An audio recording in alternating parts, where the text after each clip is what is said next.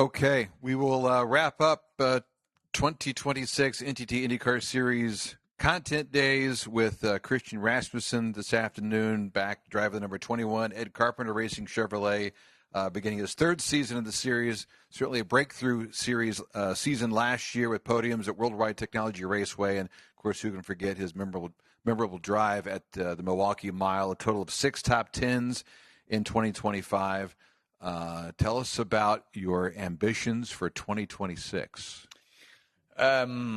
More races like Milwaukee.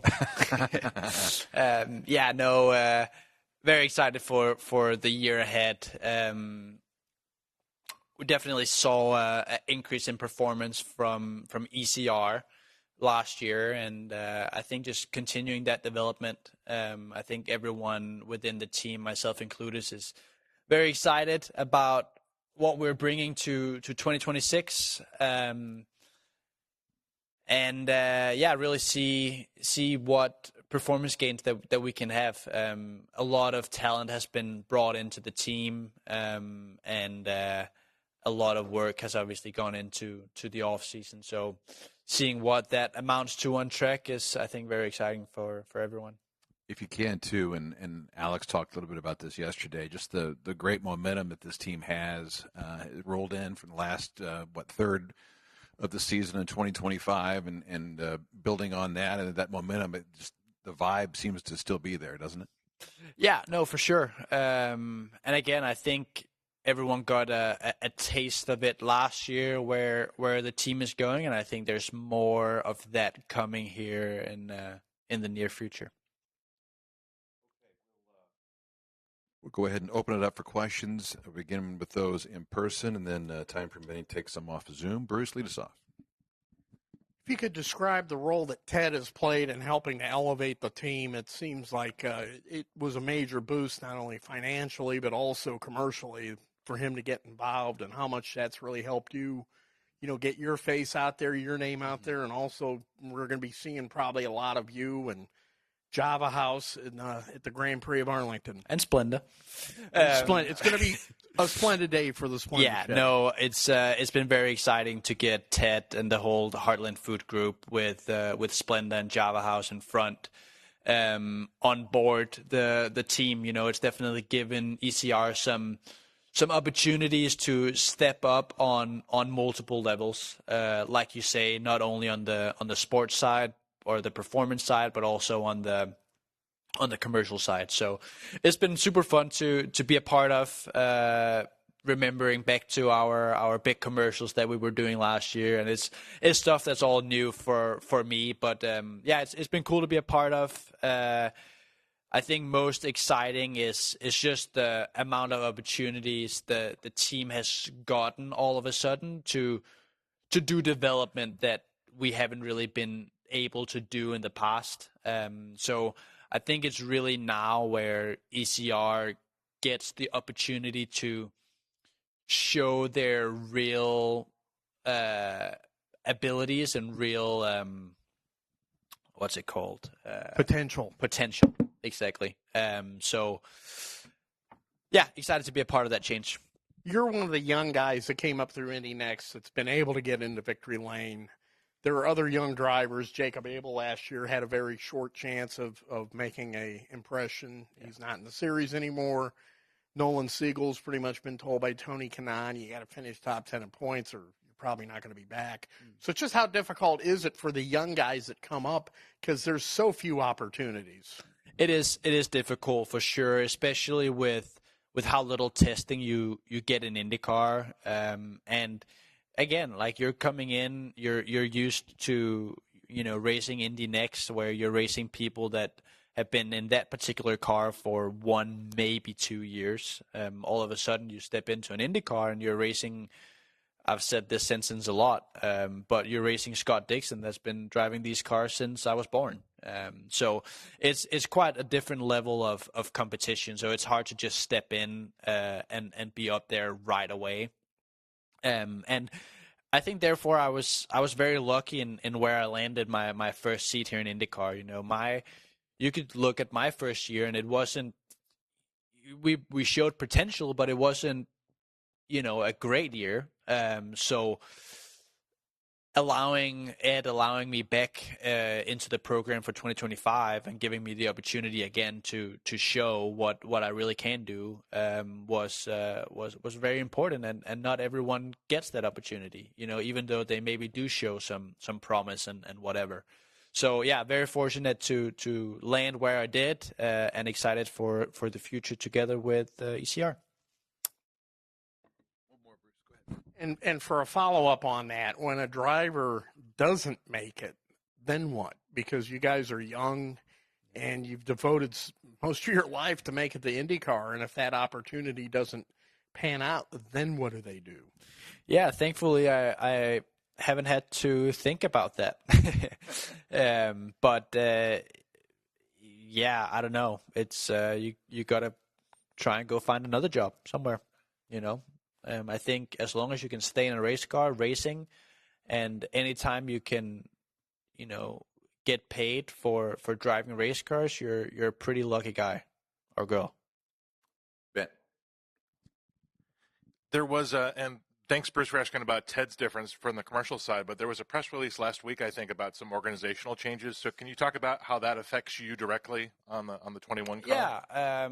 Yeah, like I said before, there's a lot of talent that has been brought on this winter, and in the goal of upping our performance on everything, just not only just the commercial side, but also on the performance side. We're looking at everyone from engineers to crew guys to, people's overall health within the team. We hired a new strength coach. There's also our pit stop coach to get that more up to speed. So all the perimeters are cranked, and we're doing everything we can to catch up to all the other big players in INDYCAR.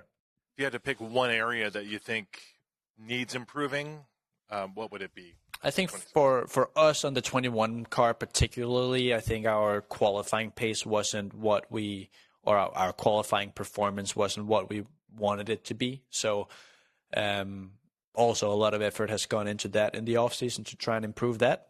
So also excited to see what that is going to amount to in 2026. Thank you. All right, on Zoom, I see 5 hands raised. We'll try to get to everybody before we wrap up here today. Dan Jones, Dive On Motorsports. Go ahead, Dan.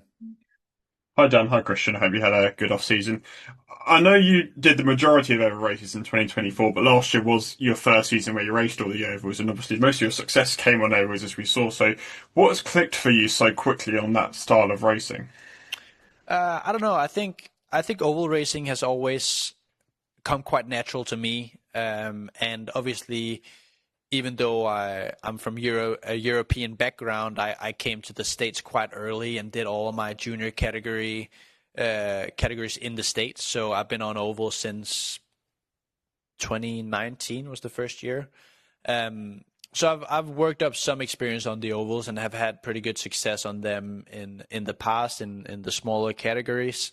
And yeah, for whatever reason, they just kind of click with me. I love racing on ovals. I think it's you don't obviously see it anywhere else where you're able to basically race side by side for many laps in a row, and the opportunity for overtaking is just higher than it is on a road course, which just opens up the game a little bit. And obviously a lot is kind of made about your style of oval racing being a bit more on the edge than others, for example, especially by the broadcast. So when you're kind of sitting in the car, do you kind of feel you're maybe more on edge than others? And how do you kind of know where the line is where you don't go too over that limit? Yeah, it's definitely something that you develop all the time and try to get better at judging and whatever. But when looking at it, I think we did a pretty good job of it, not a perfect job of it. Obviously, in Nashville, we didn't really get to see much other than the first corner. But also, overall, I was the third highest scoring points on the ovals combined out of all the drivers in INDYCAR last year. So we must have done something right. So we're honing, getting better all the time. But I think we're on the right path, at least. And then you've been at the team before and after kind of the investment came in last year. So what sort of developments have you seen within the team in the last couple of years, which have kind of really helped you make that step forward? Yeah, like I've said before, just the investment in new talent from all parameters of the team, from the commercial side to our new pit stop coach, physical training for all of the guys, new engineering crew, and I think just in terms of added manpower to the team, I think we've gone from, I don't know the exact numbers, but we've grown quite a bit as a team, and just have more people involved. So each person can have a more specialized job, and hopefully do, if they have less stuff on their plate, hopefully they can do an even better job at that particular thing than they have in the past. Cool. Thanks, Christian. Good luck for the year ahead. Cheers. Thank you. Thanks, Dan. Ellie Roddy from the fastest sector. Go ahead, Ellie. Hi, Christian. After getting your first win at Milwaukee, how will you bring your first win into the new season? How I will bring my first win into the new season, I'm gonna. Do you have some momentum, you think? Yeah. I don't know. It was a box that we checked last year, which was great. But also, I think we're just going to continue down that same path. We're getting better and better as a team. We're trying to compete for wins more often than we have been in the past. So we're just looking to hopefully do it more than once a year. I think the Milwaukee was the start of that, and we'll just continue down that same road. With that win, will you use the same race strategy that you used for the oval races, or will you slightly change it for the street and road races to help you get that second win? Yeah, I mean that's hard to say, right? It's such a specific thing down to the particular weekend in terms of what tires being brought, what's the weather conditions like, how is your car that particular weekend. So it's a hard thing to just say, okay, that worked on that day, and we're just going to copy paste that into next year and we'll go win again. It doesn't really quite work like that. So I think it's more down to a method of approaching the weekends and going through the weekends that we can kind of bring. But no, it's not really quite copy paste. I wish it was. That'd be nice, but. Thank you. Thanks, Ellie. Joanna from the Girls Who. Go ahead, Joanna. Thank you. My question is, you had a great race at Daytona, and what can you learn from that experience to maybe help in IndyCar this season?